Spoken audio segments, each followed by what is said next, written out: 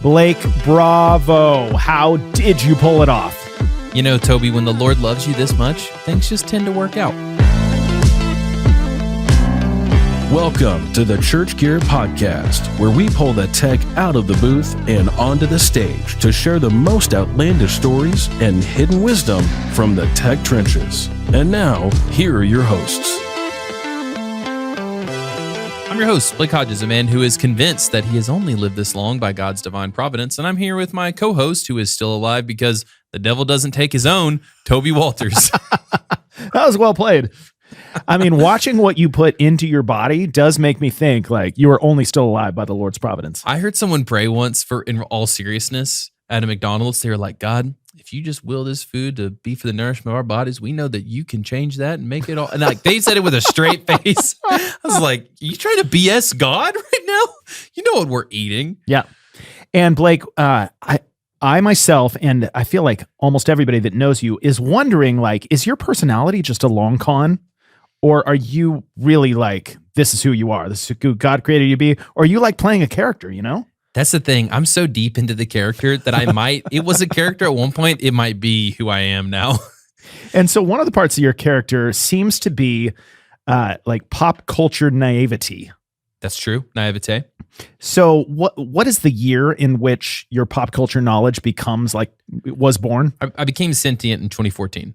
Okay. So before 2014, like the world basically didn't exist to you. Even though you were alive, you weren't paying attention. So the other day, I'm talking with Brian and Sarah here at Church Gear.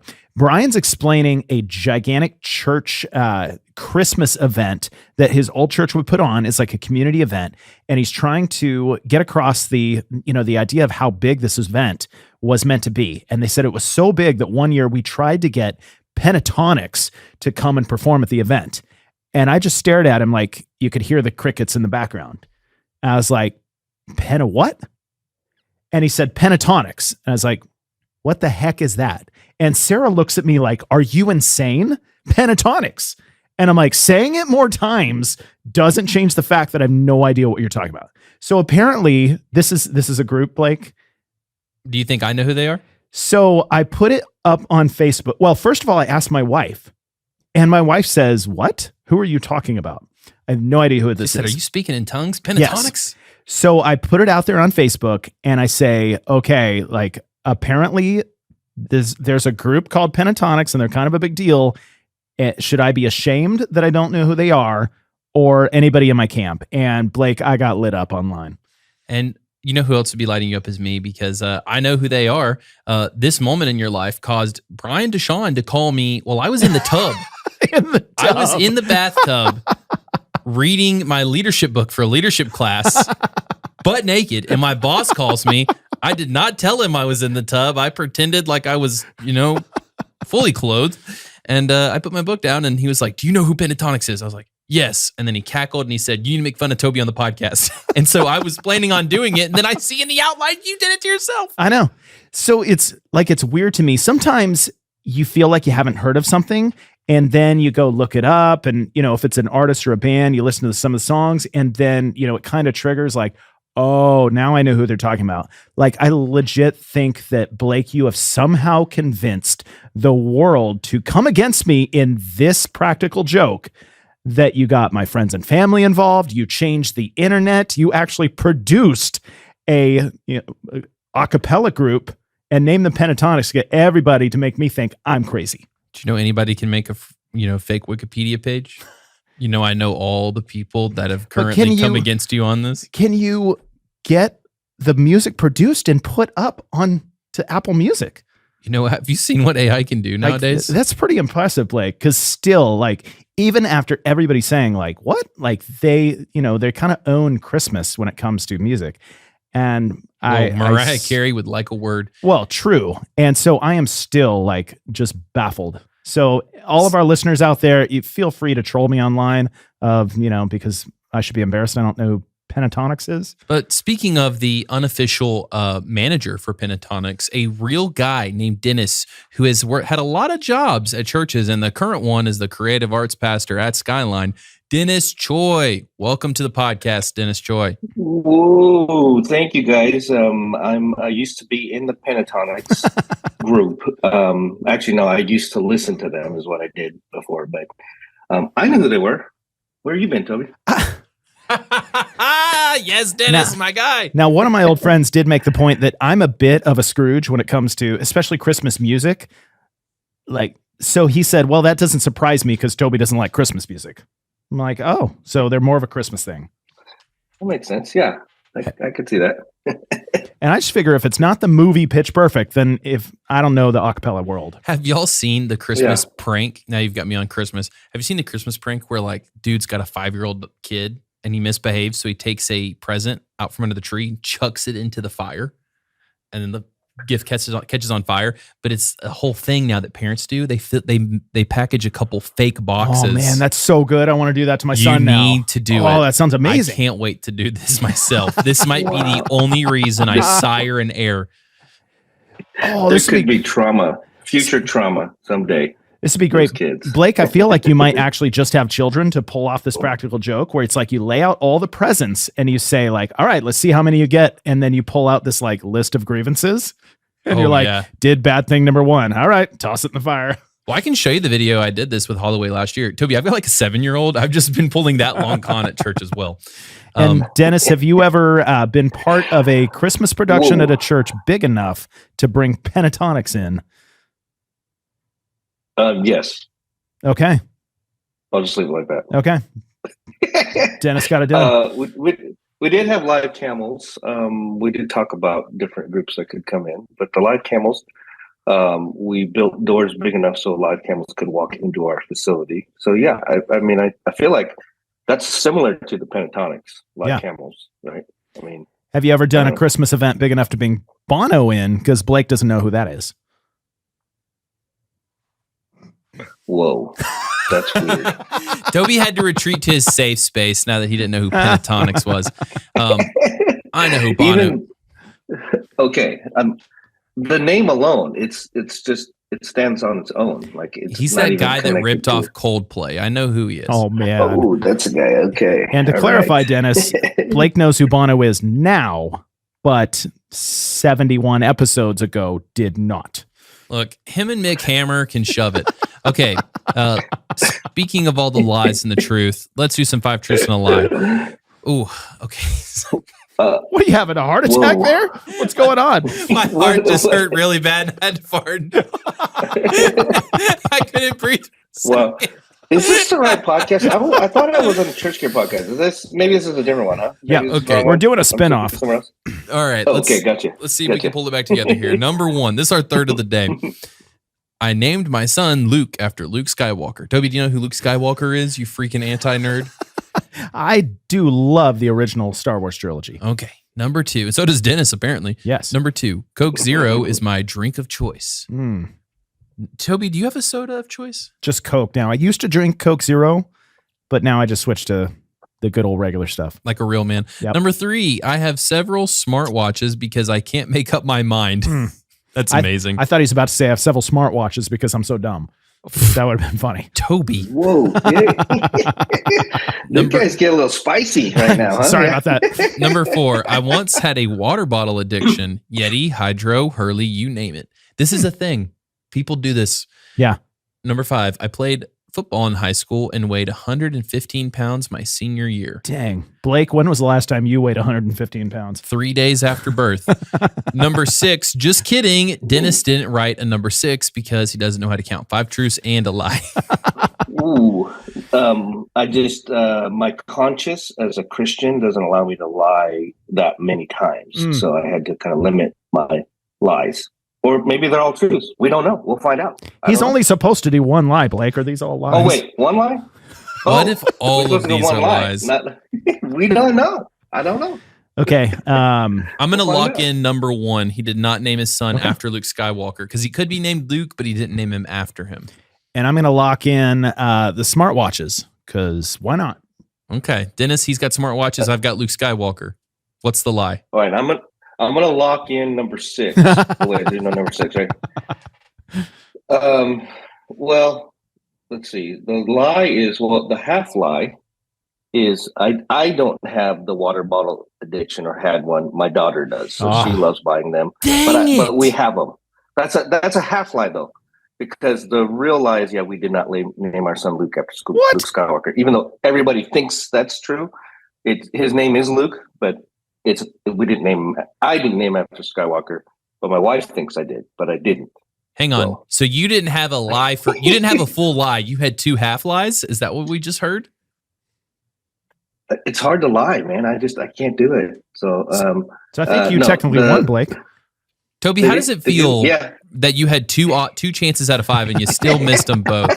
You still didn't do it. Yes. Okay. Yeah. I'm moving on since I suck at this game. So I kind of do too, guys. Sorry, I didn't play well. No. The more creative you get with it, the better. Yeah. So Dennis, people, or specifically Gene Kim, like to refer to you as the great god grandfather of church production. Is that a compliment or an insult? Great god grandfather or great grandfather? I missed the part there. I think it was great grand. Okay. Or Godfather. I don't know. None of them sound great, but I get it. Yeah. So give us a quick snapshot of your background in church tech and where you're at today. And who your celebrity crush is. Celebrity production crush? Okay, that's different. Mm-hmm. Okay. Jeff Stanstrom. Wow. Come on. We all have the same one. We got how many hours we got to talk about my history? Because it's been around a long time. So I love production. Even though that's not the only job I've done in church ministry. I've been a youth pastor probably half of my life. And not half of my life. That's not true. See, another half true, half lie. I don't know. There you go. But I love youth ministry. Started as a youth pastor. But as you guys know, as everyone out there knows, most youth pastors are the most tech savvy on your whole team, right? Because they're the ones pushing the use of all the equipment and stuff. Like, they get to play with the stuff. Like, your church buys $1 million LED wall, and then the youth guys want putting cool, funny things up there and graphics and things like that. So that's usually what happens, and that's what happened to me. I loved it. I fell in love with equipment, technology, production, and my home church is a church called Whittier Area Baptist. Well, it's actually Whittier Area Community Church, because all Baptist churches threw out that word Baptist because they're afraid of what people think about it. So it's a community church. Whittier, and I was youth pastor there. We bought, this will age me a ton, but that's okay. Way back in the day when people were using slide projectors, remember, for worship lyrics, you would actually, and you'd have to load all the slides. And if you didn't duplicate the chorus, you'd have to go backwards, forward, backwards, and back 2 slides, and then forward, right? And Whittier bought a video projector. This was like unheard of. Like, what is that? I think it was like 50 lumens. So you had that like pitch dark room, and it was like, and so then we could make videos and we could do all kinds of cool stuff with it, like that no one else could.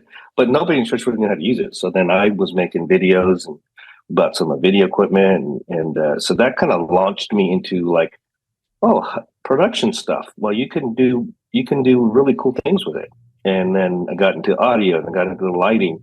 And then we had a guy that worked at Disney that was one of our volunteer lighting people. And he showed me, we had a 2-scene board. You guys don't even know what this is, right? It's like you could set one scene of lights, and then you set the next scene, and then you crossfade to that next scene for the next song. And then you reset the first scene. Ooh. And then you cross back over, and then you set that, like, that's how you did it. It's like you're only one song ahead, or one lighting cue ahead of the next scene. So, but he showed me how to do that. And so that kind of started the love and passion for equipment and things. So all along my journey of ministry, I've always kind of been involved with that. And then I moved to San Diego, in North Coast Church. I was a youth pastor there, editing videos. I think we talked about it last time. I mixed Switchfoot before they were Switchfoot, outdoors in a little band setting, because I was the guy that knew how to do it. And then we started something called a video venue. and nobody knew what that was, but it was like an overflow room, but on steroids, like live band and different elements. And the church said, "Hey, you seem to know the most about equipment around here. Do you want to jump into that and start doing those?" And that kind of launched my world of production and executive pastor role and overseeing lots of things. So that's kind of a quick version of how I got to my love and passion for it. So I've always loved production and really the production people. It's a type of people that I love to minister to, guide, direct, give vision to. So I've always been a group or team that I've always been involved with. So yeah. And so you were at Saddleback for a while, and now you recently came on staff at Skyline Church in San Diego. I don't want to ask you any uncomfortable questions. I'm wondering, curious why you switched, but also overarching, like a lot of people listening think about switching ministry roles. They get frustrated in their role. They maybe want to level up, want to try something different. Give us, a little bit maybe why you switch, and then also just some good reasons and maybe some bad reasons why people want to switch ministry roles. Yeah, it's a good question. So I felt like Saddleback was going through a lot of transitions. I was there. Pastor Rick Warren he didn't retire, but he gave his church leadership to somebody else. And so I was there for that transition. And Pastor Andy is an awesome guy. Still text him. We talk a little bit. Great guy. And the church was just going, a lot of changes, a lot of restructuring, a lot of new things. And I think for some, I felt like, okay, is this the moment? We got everybody transitioned over. We're running alongside as a great team, healthy team here. Is there something different or more for me somewhere else? I was just kind of weighing that question, like, is it here? Is there a different area or some more things I can take on? And through all that restructure shuffle, 3 different churches reached out to me. I wasn't looking, and asked if I wanted the exact same position, creative arts over worship, communications, and production. And I finally took that as like, I was reading 1 Samuel. I don't know if I talked about the last time, but 1 Samuel, where Samuel's a boy, he's asleep, and God calls out to him 3 times. And he thinks it's Elisha. And every time he's like, no, that's not me. And then finally, the 3rd time, he's like, I think that's God calling you. And I took that as I was reading this right after that happened, like 3 churches, literally within weeks of each other, just out of the blue said, you want to come be our creative arts pastor? And I said, I realized that I had been looking over my shoulder and saying, Saddleback, hey, you're calling, what do you want me to do? What's something else? What is there something else? And God's like, no, dummy, I'm telling you, there's some things outside of Saddleback that maybe you're supposed to do. And so then that became the process of looking at those 3 and talking with Saddleback, and just that all kind of lined up. So that's really kind of the gist of it. But there was something stirring in my heart, because I'm such a loyal, just I don't know. It really would have to be called out, and it felt like that moment. It was one of those moments. And there were some other factors with that. Skyline is I drive by my son's work every morning, and he just got married. We hadn't really seen each other very much, and because I was always driving north and he lived south, I was like, I'll never see him. And so this opportunity presented that I drive by his work every day, and we can have dinner at night together. So there was some family dynamics really that were also around it. And so I guess the second part of your question was like, what are some good and bad reasons? And I think there are some personal, there's personal reasons that maybe it's a better situation for you. And I think sometimes it's hard for people who are really loyal, and it's hard to look at yourself and be in a moment sometimes a little bit selfish and say but what's best for me, right? And in reality, you're supposed to. I mean, I think God honors that. What's healthy for you, what's best for you. But we always put not necessarily God first. This was my burnout story we haven't talked about, but that we put the church first, and that's a little different than God first. But we mix those 2 up, don't we? We cross those. I used it for years in my burnout story. I tell people I used it for years as the excuse. Like my wife would say, "Hey, can you put your phone down?" Or, "Hey, do you really have to take that call right now?" I'm like, "Well, it's the church," And me, I'm like, "That's Jesus. calling right now, right? And she's like, oh yeah, you're right. Yeah, kind of a thing. She's so understanding. And I did not give her permission to say, no, put that down. It's the church. It's still, you can close that off for right now and be here with the family, right? And so that is one of those reasons I realize sometimes we just overlook that completely. And sometimes God's saying it's okay to be a little bit selfish here. And that's a bad word, right? It's a bad word. But it's like you got to look out for yourself and your family. That's a part of that, right? And church is church, but churches also can be work too, right? And there's that calling piece that calls you. And then there's just bad situations that can happen too.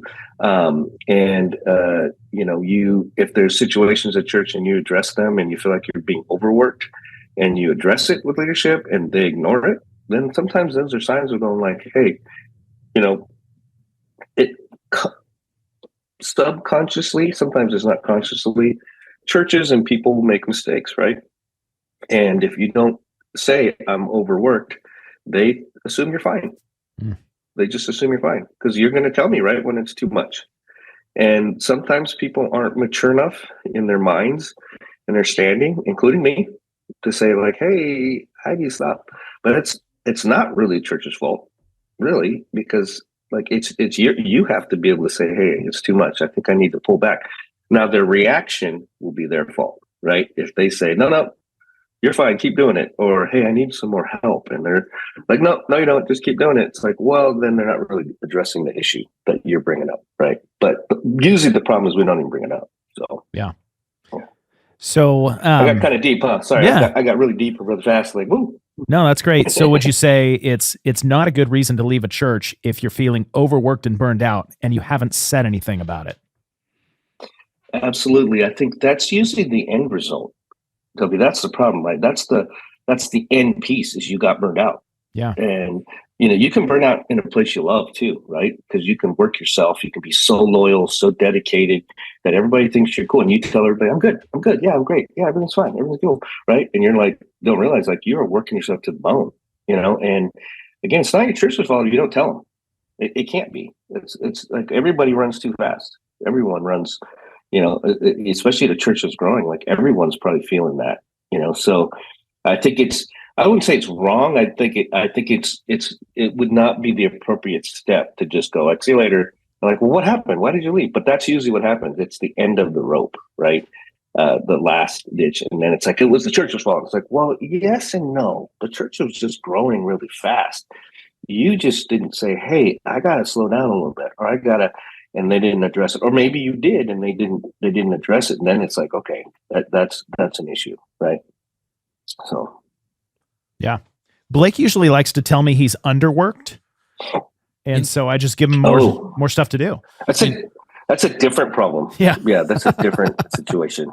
Because he loves church gear so much. Like whenever church gear calls, he tells his wife, hold on, this is Jesus. I mean, church gear. I mean, think about it. I put my book down in the tub and said, I'm going to answer the call. Yes. Blake is a man who loves his bath time. Oh man, nothing like it. If you haven't taken a good bath and you're hearing this today, pour you up a good one tonight. Do you do a glass of wine? No, gross. Wine's disgusting. So you're saying the chances are if you call Blake, no matter what time it is, he's probably in the bath, is what you're saying. Or at the very least in the naked. Well, I didn't even know that part, but that's okay. Hey, what, are y'all taking a bath in your swimming trunks? Dennis, you gave a lot of good reasons to leave, and maybe I just missed it, but like, what are some reasons that you're like, man, this is, other than like getting burnt out and not saying it, are there any other things that come to mind when you're like, this is a bad reason to leave? Bad reasons to leave, or if you're running from stuff, if you're not willing to face the conflict, because there's conflict everywhere, right? And it's how you deal with it. I think it's that if you're just like, they don't care, they don't know, but you've never said anything, to me, that is the wrong reason. You haven't given any chance for anyone to say, whoa, wait a minute. Oh my gosh, didn't know that. Let's walk through this. Because at that point, you're burned out. There's stuff you need to deal with, right? So I went to counseling because it's like, there's stuff there, right? And so some people just leave. They don't say why, and they go to the next thing, and they're going to have the same problem. And if you look at their life, you go, whoa, until they actually deal with why they get burned out, And some of that is usually it's like a relationship, like personalities, right? Conflicting, and they just like, and they never want to face it. Like, hey, maybe there's something that you're doing as well in your personality that's not helpful in that relationship, right? So it's just an avoidance. That's typically when I talk and counsel with people who have left and said they're burned out. It's like, well, what burns you out? A lot of times it's just relationships that just were never really addressed, or they tried one time and the person blew them off, and you're like, what? You got to give people more than one chance. Didn't Jesus gave you a lot of chances and still does, right? So there's some of that grace and mercy. And then there's the understanding line of when, okay, enough is enough. I've tried. I need to move on, right? So, yeah, I think there are, again, it's hard to say because I don't want to say that this. You have to look out for yourself, and there are situations, even financially. Okay, you say it's not enough money. Well, have you done the numbers correctly? Have you asked, for whatever you need? What is the church responding to that? Is it like, yes, we're trying to do that. Here's where we have situation, or like, no, that's not possible, or whatever. There are some things like that you go, is this where I need to be? The funny thing is when people talk to me about like, well, they don't pay me enough. It's like, well, you didn't sign up for that. You signed up for a calling, right? And if it's gotten down to it's not enough money, then you've lost your calling. That's really what it is. But that's part of burnout. Like you gotten down to a point of like, now it's like, well, if this paid me enough, I'd stay. It's like, well, that really would make you happy. Just them paying you more. It'd make you a little bit happy, but it's like, no, there's some stuff you need to work out. There's some relational dynamics and things and how things are done. It's processes that are not there. That have you really tried to change those processes so it's better for you and your team? So there's a lot of pieces in there that you can unpackage. And so yeah, I feel like we've gotten really deep in like real. Right yes. Now, huh? We Trojan horse people with all the BS at the beginning to then just be like, all right. Like, whoa. You did describe yourself as a real guy, so we're going to go real deep. I try to be real. I do, I do wish, and Dennis, maybe you know a little bit, but I wish all churches would offer counseling services to their staff as needed. Obviously, if you're frustrated with your pastor, you're not going to want to get counseling from your pastor who you're frustrated with, totally. Professionals that that's their job. It's like kind of at Church Gear here. Blake has Brian Deshawn, our chief of staff. Like basically Blake has his weekly counseling session with Brian to discuss how angry he is at me. I was hoping you were going to say my job and I could say translation, my issues with Toby. No, I know, Blake. That's fine. My Toby time is like that. So when I've done my burnout talk at different conferences and stuff, I usually get people afterwards, that just want to talk about what's going on with them. And I have an email, churchtechcoach@gmail.com, churchtechcoach@gmail.com. And I tell people, just email me there because I can answer emails like any time of the day, right? And so like I get back to people, but it is. Some of it's just listening to the situation and them realizing they're not alone. That's a very similar situation across the country, no matter what size church you are, right? It's just part of, there's ministry things that happen that are similar. And there's a lot of grace involved in churches, maybe sometimes too much grace in churches, and not even for you, but for people around you. And you're like, why are they still here? And it's just a lot of grace sometimes given to people. And you're like, I don't understand why. And that frustrates you. So there's just some of those commonalities that happen across the country. And I try to help, but yeah, and I still, if anybody's got questions or have a situation, please email me. I'd love to talk and listen to some of that. So just expect that you're going to get an email from Jake at Church Gear, who's frustrated with his boss, Joby Salters. Yeah. And he's in the bathtub right now reading, and he's got a question. And I'm like, that's right. Yeah. You really got me there, Dennis. The bathtub time is essential, and what is also essential is nailing the first 90 days in a new job. So what is essential when you're starting a new role at a church like you've been doing recently? When you announced you switched, I think I texted Toby that day and was like, hey, Buttface, I think we're going to have a great episode with Dennis Choy in about 90 days. And this is honestly probably pretty close to that. So and Buttface is the edited version of what he calls me. Oh, gotcha. Okay, that's it. That's it. That's it. Yeah, first 90 days, anywhere you go. I think it depends on what role you're in. That does affect that. They tell leaders all the time, right? Don't make a lot of changes, like up to even if the first year there, based on some things. For me, I haven't changed jobs too many times, to be honest with you, right? I was at North Coast for 25 years, changed roles, and then went to Saddleback, and then now Skyline. But for me, it's always about listening to the people in the team, the people that will report to you, or the people that even don't report to you. Like just listening and trying to get a lay of the land of how do things really work around here? You know, what really happens? How do things get done? Who are the key people? Who are the influencers on the team?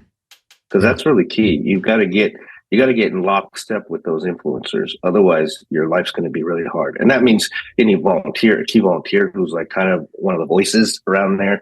It's like, what makes them tick? And what are they frustrated with? Like, why has leadership changed in the past? What's going on? What are they seeing as the next step? What do they want to do? And really talking through some of that with those people. So really finding the right leaders first, because there's already leaders there.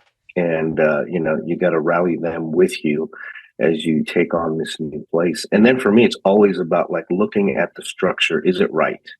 You know, what the current structure, is it right? And what do we need to do? Where are the holes? And what do we need to make better? And start working on that. That's why it's like, you don't change all of it right away, but and then the third thing for me is usually there's like one key other position or hire. And I say hire, whether it's a volunteer, you move in a place, or somebody you get to hire or bring on a team. It's like there's some key piece that's like, man, if I could just fill that now too with them, they would see like we're ready to run and go. And so it's like, who's that key person or place or area of development that needs to happen? So that's typically what I've done. I say what I've done is, more about moving into different departments than changing churches. But yeah.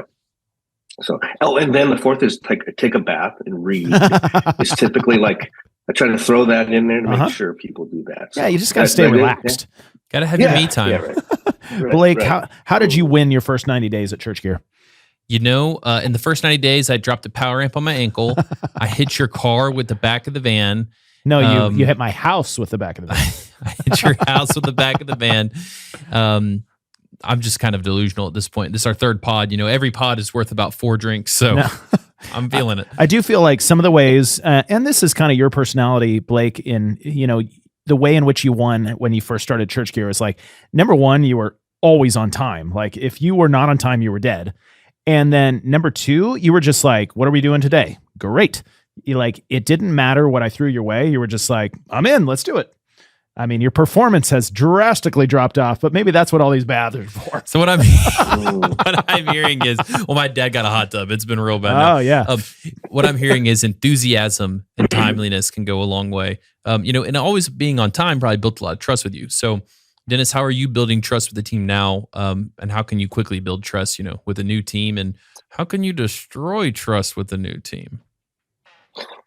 Yeah, that word trust is thrown around a lot in a lot of different ways. And, I trust you. Do you really trust me? Like you say you do, but and for me, the word trust is building the trust of I would put my reputation in your hands. Like if I wasn't in this room, what are you saying about me? Right? How do you build that up? How do you nurture that? How do you make sure that's what we're talking about when we say trust? So it's I trust you. And then as soon as they leave, you're like, yeah, I don't really know if I believe what they're saying. That's not trust. Zero trust, right? Even though you say you're right. So how do you build a culture of that? True trust is I believe. And so it starts with doing what you say you're going to do, right? You say you're going to do something, do it. Then don't say it. If you don't think you can really do it and get it done, don't say it. Whether that's anything from I'm going to get you more money and I'm going to do whatever you want to say, you better do it, because that's what they're going to, especially in the first 90 days to a year. Don't make promises you can't keep, especially in that. Don't ever, but sometimes you have ideas and you're like, oh, it'd be cool if we did this. And then people will take that as, oh, we're going to make that happen, in the next 90 days. And you're like, oh no, I was talking about in 3 years. So don't say that. Don't say that yet, because people are going to watch that and say, well, do I trust him yet? Well, he hasn't done anything he said he was going to do. So why would I trust him? right? And so it's really building that culture of it's real trust and groundwork.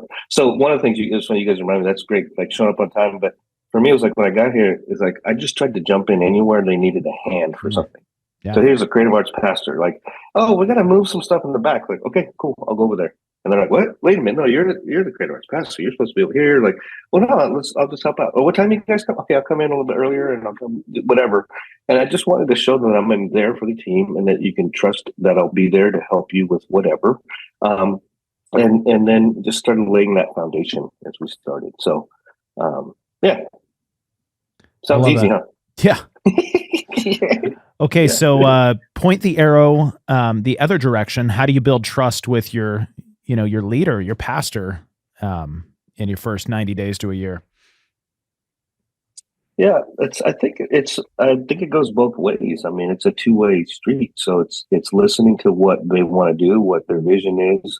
Again, it depends on your role, but like, what do they want to do? Where do they want to go? And are you going to go there, or are you going to oppose it? Like, sometimes we do things naturally that actually feel like it's the opposite of, right? So it's like, hey, I want to go this direction. And you go, okay, cool. And you start walking the other direction because you had to go pick up something. But they think, what? I just said I'm going this way. Why are you going that way? It's like, so I think you got to be really careful that you are aligning. And this is where you have to determine what the alignment is, but that I'm going to move my team and myself in the direction that we want to go. And if you don't understand it, then you need to ask why. You got to figure out why, what other things going on. So it's the same. I think especially in the first 90 days, you're answering the phone or texts or emails or however that your leadership wants to communicate. You're showing you're there. Like, I'm here to. It's funny, all places have like multiple ways to communicate.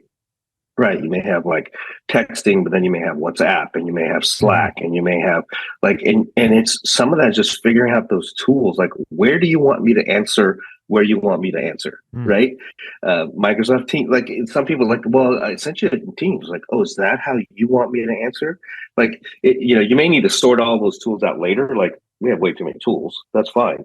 But when you first get there, you're like, okay, what do I need to check every? I remember just going, what do I need to check every day? Like, did I see that message? Did I get that?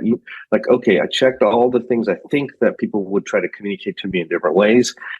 And so then I'll respond back. And that's part of that, right? Is showing you're consciously there, ready to go. And you may have to figure that out, but that's part of like being new, right? The onboarding, like here's why you use this tool, here's what we use this for this tool, this. And I remember that was like a couple of weeks of like, oh, I didn't know we do it that over there. Let me go check that again, right? And it's like, okay, so you start getting into that groove, and that helps. If you're communicating back, that's a good step, right, of building some trust. Yeah. So, I love kind of the idea of what you're talking about, of trying to figure out where your pastor is going. What is his vision? Where is he trying to lead the church, so that then you can, do your role within that. So you're not going a different direction than he's trying to go. I know, I can often function similar in that I'm a visionary, and I see things in my head. I see end results. I see projects that I want to make happen. And so I'll say things to Blake, and I'm just using kind of an, what do they call them? Not an allegory. I love watching the struggle. I know the struggle. Belly flopping into a pool with no water. So it's, essentially I'll say to Blake, illustration, Blake, I want to create this picture. And you're like, great. I see a picture in my mind. You see a picture in my mind. They're two totally different pictures. So you've learned, Blake, how many questions do you have to ask on a typical idea before you really understand what it looks like in my head? I remember, two days ago in leadership, and I was like, Toby, are you saying A? Are you saying B? And he's like, I think they're the same to me. I was like, that is not the question. They are different. Yeah. That's funny. I think, Toby, you're talking about, we a lot of people need boundaries. Like, here's the idea. Okay, and what are the boundaries? Like, go spend $1 million or go spend $1. Like, that's a boundary, right? And especially production people, they need to know all the boundaries before they can start working on something, right? So typically you get in a room with an idea, and if someone says, we're going to have 20,000 Christmas services, and you're like, what? Like, what are the boundaries? Like, how do I start? Like, do we have an unlimited budget, or is it they're all the same? Like, you got to get all that information before you can say, okay, it's doable. Yeah. But oftentimes it sounds like we're saying no because we're like, no way, it's not possible, right? No way, it's not possible because we haven't thought through and we don't know the boundaries, the parameters around it. So that's typically what. You guys ever watched the old movie Apollo 13? Yeah, it's been a long time, but yes, long time ago. It's a great movie, classic movie. You got to watch, like, when you're taking a bath, you can watch it. But it's there's a great scene in there, right? They're trying to make this filter for the people up in this capsule, and they only have certain items in there, right? So they throw they're down at NASA, and they throw all the items on the table, and they say, we got to make this out of all these. And here's a bunch of engineers who are like, no, it's just a filter. You can't. Then they put their heads together because here are the boundaries. Like, use these parts and make it happen. And they make the filter. And you're like, that's creativity in a box, right? And that's typically production engineers, people need. They create in a box, whereas creatives create outside a box, right? Visionaries often are outside the box. They have no idea. I don't know how it's going to work, but I see this vision. I want to make this, right? And so that's where we usually get stuck together. You got to know your boundaries. Do I have 2 lights and a hazer money, or do I have Pentatonix money? We don't know, right? That's a good question. I do love the idea of pastors can throw out wild ideas and a lot of asks and production. A lot of what? Asks. Pronunciate. That's a tricky word. You need a good mic when you say that word. That's right. A good mic. That's clear. So a lot of production people worry about, they have to say yes. That's what they feel like, they're expected to say. And if they say no, then they're going to lose their job. They're going to lose the trust of the pastor. I think, from my perspective, most pastors are wanting to hear, yes, we can. Here's what it will cost. And not just monetarily, but like the time it takes, the manpower put forward, the things that they'll have to not focus on because they're focusing on this. Like, give clear options for a pastor to, yes, we'll carry out your vision. We're happy to do that. Here's what it will take. For sure. So it's funny you say that because, right, every pastor has an idea and then they say, how much it's going to cost? And I've had to learn in my from years of ministry, working in ministry. That was 3 years, but that I had to give some guesstimates. But what I know about like engineers, production people is they want to give you the exact cost. Right? They almost live for that. Like I got to get the exact numbers, and we need 3 bolts and not 4, so that'll save it. And that's great. That's great stewardship of stuff, right? But most pastors don't really care about that. They just want to give me a rough cost. Yeah. Is that going to be $5 or $10,000? Because that's a big difference. That'll make me say yes or no right here. So you have to learn to sort of give a good guesstimate. And you want to give a little bit of a pad there just in case. But most of the time, like, you can figure out a rough estimate. I say it to different guys all the time, like, just give me a rough estimate. And they're like, oh, I don't know. I got to go look it up and see it. And it's like, no. I mean, you priced these things enough times. You kind of know what it's going to cost. Like, just give me, is it 20,000? Is it 500? Is it, just give me a range, and then you usually can make a decision just to say yes or no. Because right, all visionaries usually are just going like, I just need a yes or no if we can move forward. Like, give me a rough cost so I know, like, yeah, that's worth doing. Go ahead, pursue it, or no, let's not do it. It's just that seems like too much, right? It's not worth the value of the cost. So that's where we can get caught a lot of times, is we're trying to figure out exact numbers. And by then it's like, that was just a passing idea. We're moved on. Like, I did all the work. What do you mean? I went through, right? And it's like, so we get frustrated with those kind of things. So I'm just laughing because, I can totally see it happening where the pastor asks, how much do those cost? And then the production guy goes away for 6 weeks and comes back with the fully itemized quote. And the pastor's like, oh, I'm on to my next idea. I've already scrapped that one. Totally. Yeah. We already passed that. Like, I realized we can't do that. Like, yeah. You just wanted a rough estimate. Go with, this is a rough estimate. It was a ballpark number, right? Yeah. And you got to get good at that. Love it. All right, Dennis, you're full of wisdom, and so I want to just mine for a little more gold here. we wrap all of our episodes with a tech takeaway. What would be a takeaway that you'd give a room full of church production folks, all wearing black shirts, because that's who we are here, the black shirts. What would you tell them? Number one, I would tell them, take a bath. It just soothes you. That's going to be the title of this episode. Take a freaking bath. Blake in the tub. So after I say that, then put on your black shirt. I guess I would say, I think I would say, I talk about being present and being purposeful. Being present and being purposeful. I think being present, when I say that, in the moment, where I don't know what happened yesterday.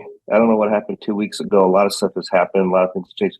But right now, you're present, right? And God's going to use you right now. Right. So we can complain about all the stuff that's going on in the past, or we didn't get this set list right, or you didn't get those, you didn't know there was going to be another drummer on. I get all that. But right now we're here. That's already passed. So let's be present and make it the best it can be right now. Right. And then with that, drive a purpose. Like, what's the purpose? Well, we want to see more people believe in Jesus through what we do, through that mic cable. Yeah, that's the purpose. It really is at the end of the day, right? At church.